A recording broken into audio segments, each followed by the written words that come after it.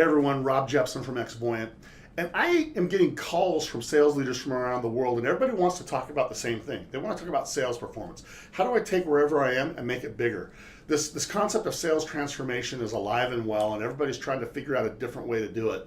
And one of the things that I wanted to share today is it's a lot simpler than people think.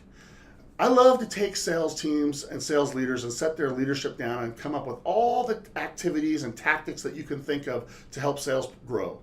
And it doesn't matter what tactic or what activity that you come up with, it fits into one of four buckets. The first bucket is the aptitudes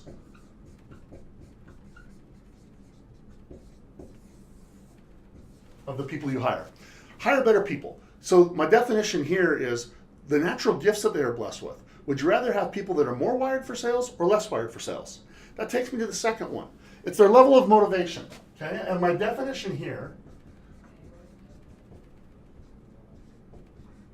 is your willingness to do whatever it takes to win without cheating. Didn't used to have to say the without cheating part, but it's become so competitive, now we have to again. Here's the question. Would you rather have people that are more motivated and more self-starters, or would you rather have to kick them in the butt every single day? Obvious, right? That takes me to the third one. It's the level of skills that each team member possesses. Would you rather have a higher trained team or a lower trained team? And my definition of a skill is something you achieve proficiency in 6 months or less. I'm not saying you're a subject matter expert in 6 months or less, but you can have proficiency in a reasonable amount of time. The final one is each of your reps' perception of what is the role, okay? Role's real simple. What does the rep think their job is here, and what do they think the tasks are that they're supposed to do? Here's what's really interesting.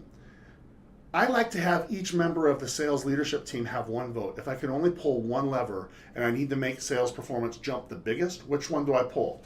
Do I hire more and better people? Do I find ways to motivate? Maybe it's the comp plan, or maybe it's gamifying or something like that. Do I train them with new skills? Or do I make it clear on what we're supposed to do and how we're supposed to do it? When I give everybody one vote, I want you to do the same thing. Which one would you vote for? Okay? Which one? You can only do one. Which one is it?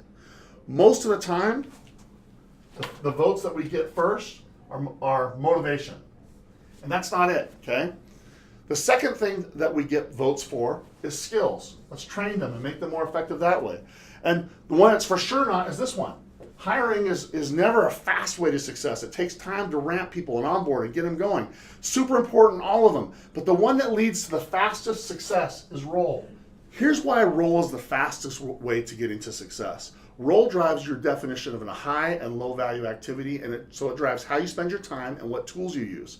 The fastest way to have success is do more high value activities more often with more people, right?